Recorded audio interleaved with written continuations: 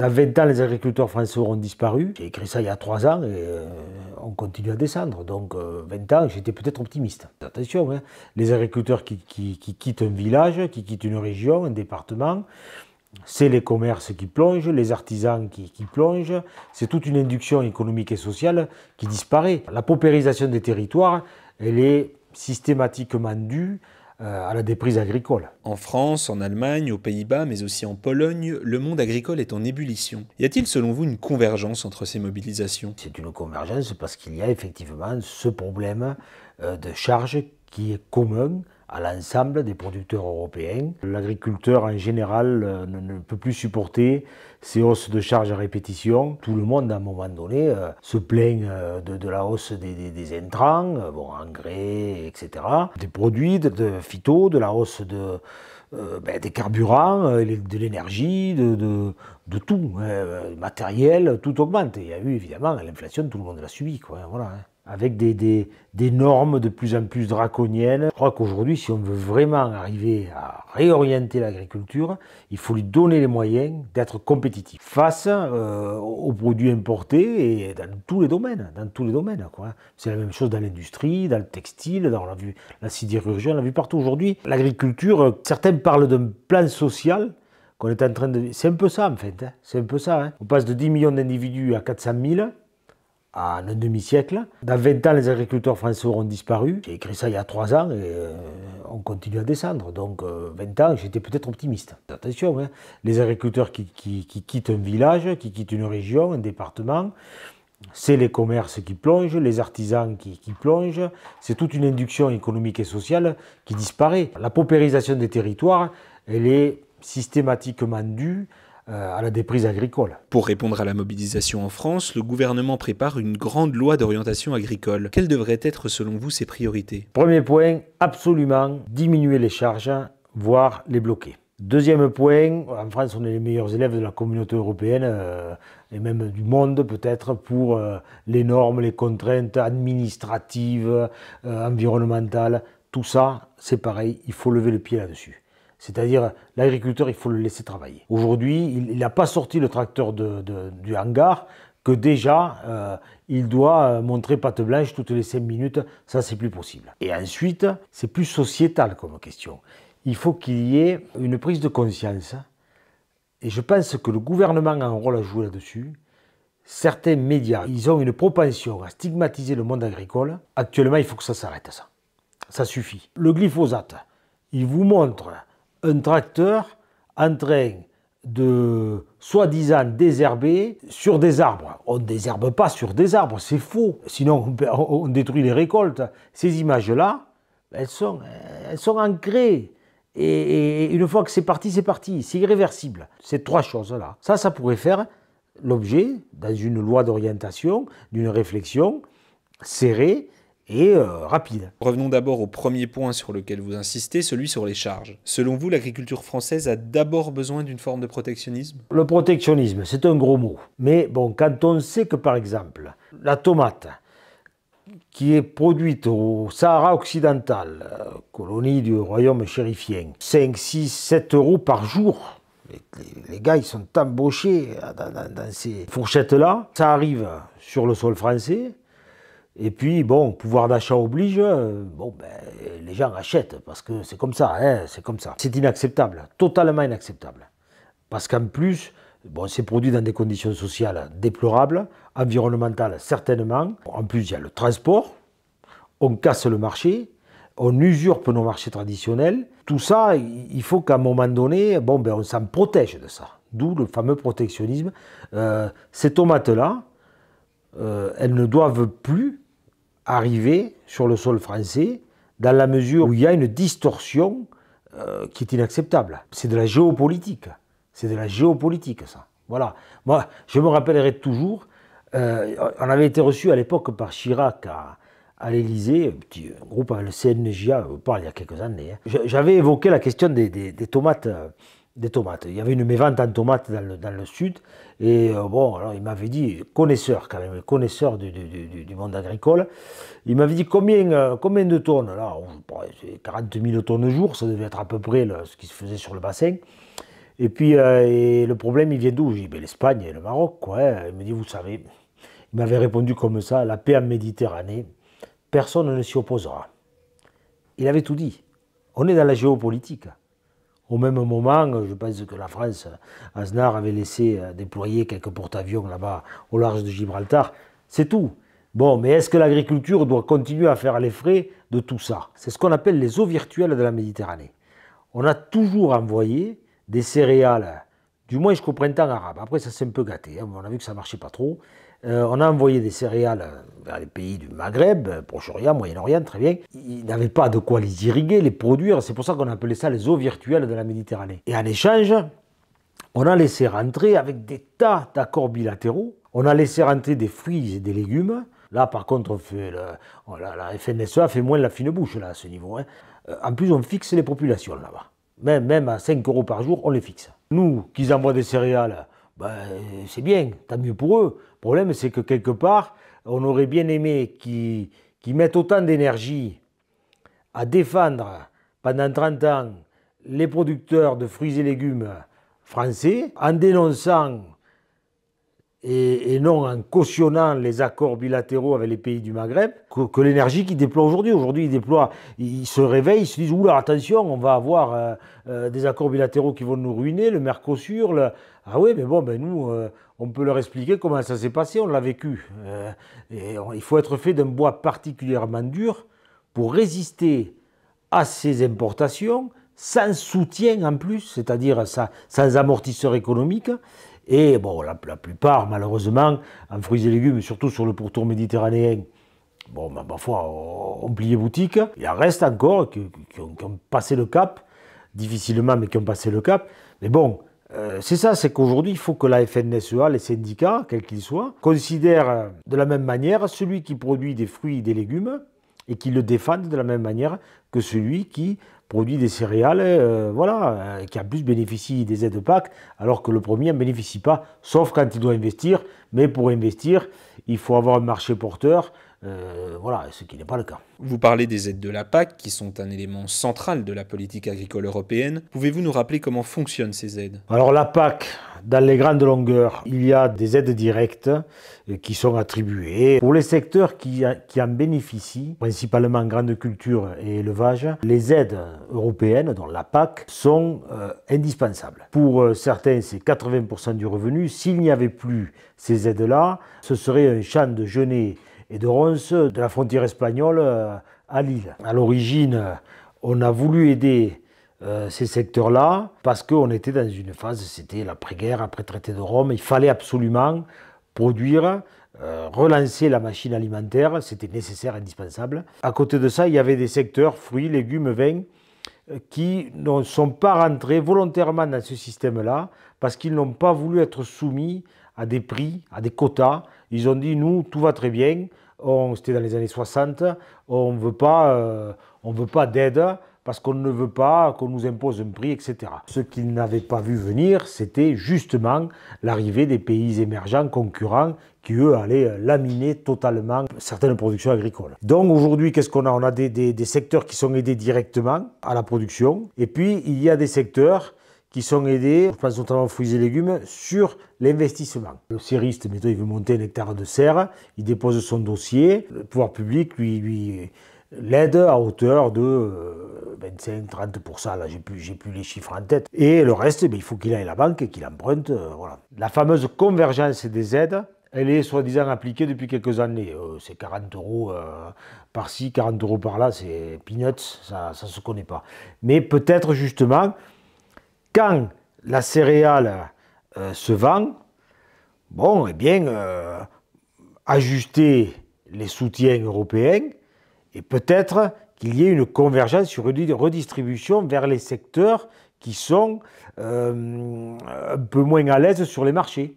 Voilà, pourquoi pas. Si on va en sortir dans une communauté agricole unie, je crois que ça fait peut-être partie des choses qu'il faut examiner. N'est-ce pas déjà une forme d'échec que de considérer que l'agriculture française est condamnée à vivre sous perfusion? Pendant quelque temps, la perfusion sera nécessaire, hein, parce que si on arrête demain de soutenir les secteurs qui le sont aujourd'hui. Même s'il y a beaucoup de choses à dire là-dessus, c'est ce qu'on vient d'évoquer, et qu'il faut aller vers une convergence, un partage de ces aides, je pense que ces secteurs-là, je pense notamment à l'élevage, l'élevage qui ne pourra pas s'en sortir. Il faut penser qu'il y a la pression mondiale qui mettra le pied dans la porte, puis c'est fini, on perdra les marchés, Il faut rester présent sur les marchés, il ne faut surtout pas lâcher, quoi. Si demain on lâche des parts de marché sur tous les produits, on ne les récupérera jamais.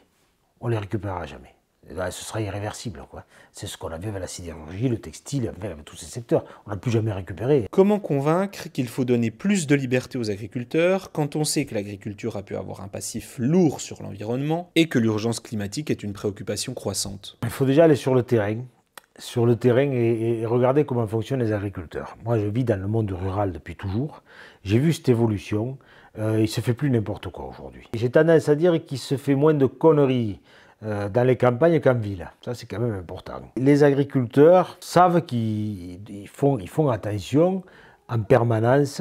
Je crois que le discours selon lequel l'agriculteur est responsable de tout ne passe plus dans les campagnes et ne tient plus. Comment vous voulez expliquer à des jeunes qui ont vu leurs parents s'endetter, qui ont vu leurs parents stigmatisés, se faire insulter quand ils sortent l'épandeur, la tonalisier, le pulvérisateur. Les jeunes, ils abandonnent, ils n'y vont pas, il faut être fou.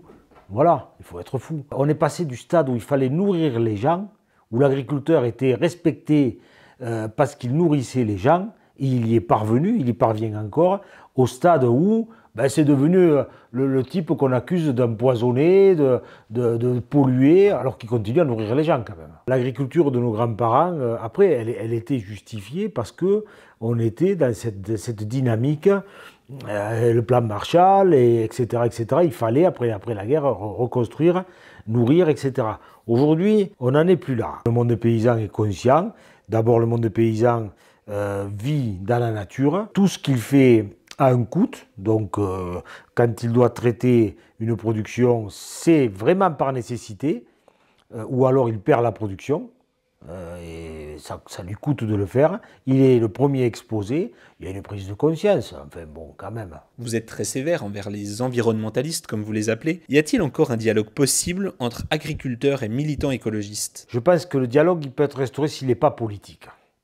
Parce qu'aujourd'hui, on assiste quand même à une récupération politique de l'écologie.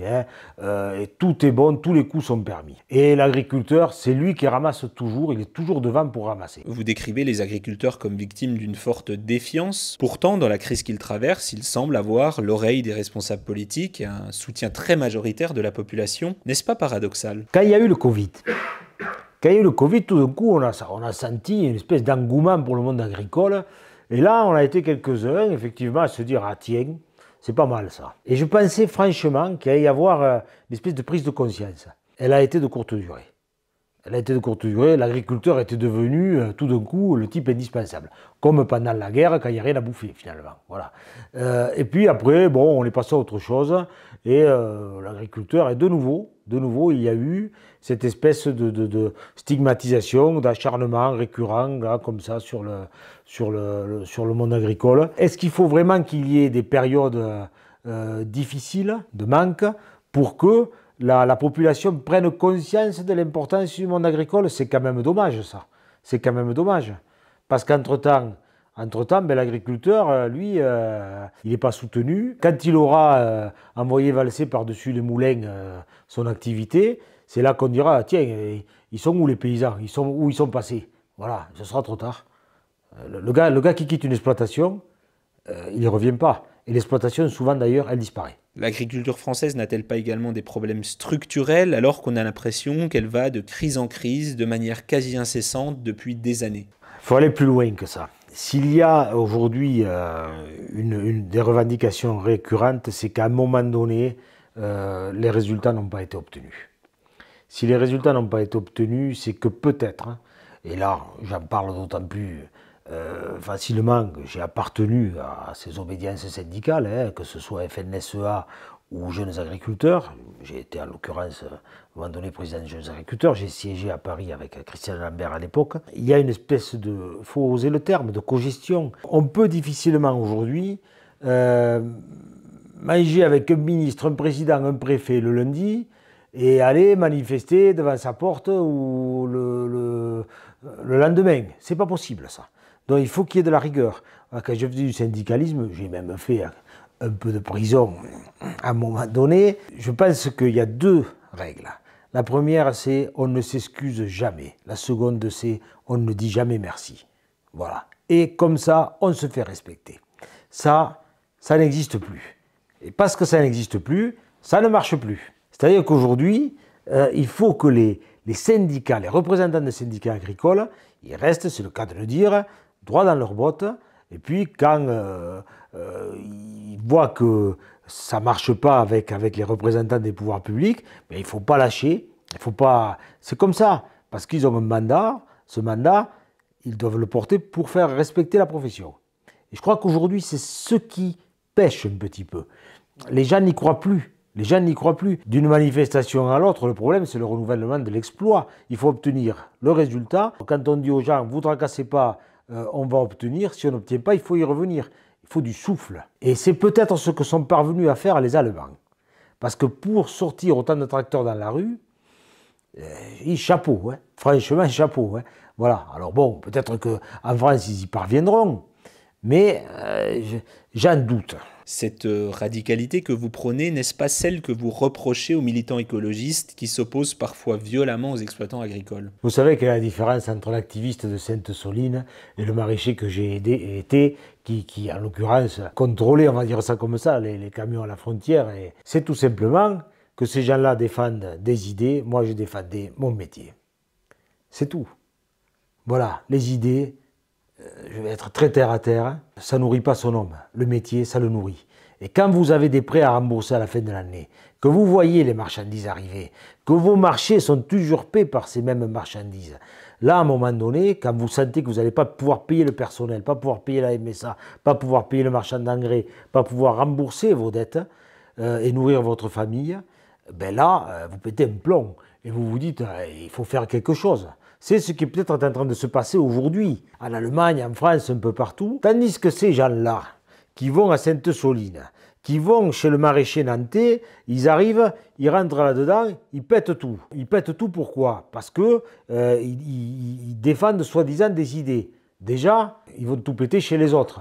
Voilà. Puis surtout qu'ils ne viennent pas dire qu'ils sont là pour défendre l'agriculture, comme je crois Jadot l'avait dit à un moment donné. Parce que non, quand on défend l'agriculture, on commence par la respecter, on ne va pas tout casser chez les paysans. Voilà. Ça déjà, ça commence par là. Il y en a quelques-uns, ce sont des enfants gâtés du système en plus, très bien. Bon, ben, écoutez, moi je pense que s'ils veulent vraiment aujourd'hui, je le dis ça, je l'ai souvent dit, s'ils veulent défendre une agriculture française vertueuse, qui commence par aller contrôler tout ce qui rentre par les frontières, et comme ça, ils permettront à l'agriculture française de se sécuriser, et en même temps, ils y feront des découvertes très intéressantes concernant, ma foi, la façon dont ces productions sont produites, qu'ils aillent voir le roi du Maroc là-bas, et qu'ils aillent manifester devant la porte du roi du Maroc. Certains militent pour le retour d'une agriculture paysanne sur de plus petites exploitations et débarrassée de l'obsession des rendements. Pensez-vous que cela puisse être une solution? Dans le détail, quoi. Ils vont nous envahir, et puis c'est tout. C'est tout. Ce que je disais tout à l'heure, ils prendront les marchés, on n'en parlera plus, quoi. Voilà, c'est fini. C'est très dangereux, ce genre de choses. Quand je vois des écologistes parler depuis les studios parisiens, ils ont traversé la rue, là, et puis ils se mettent à parler comme ça de choses qu'ils ne connaissent pas. Non, il faut aller dans les champs, il faut y vivre, et puis il faut pas dire « moi je connais l'agriculture parce que j'ai été en vacances chez le pépé quand j'étais petit, et puis on va...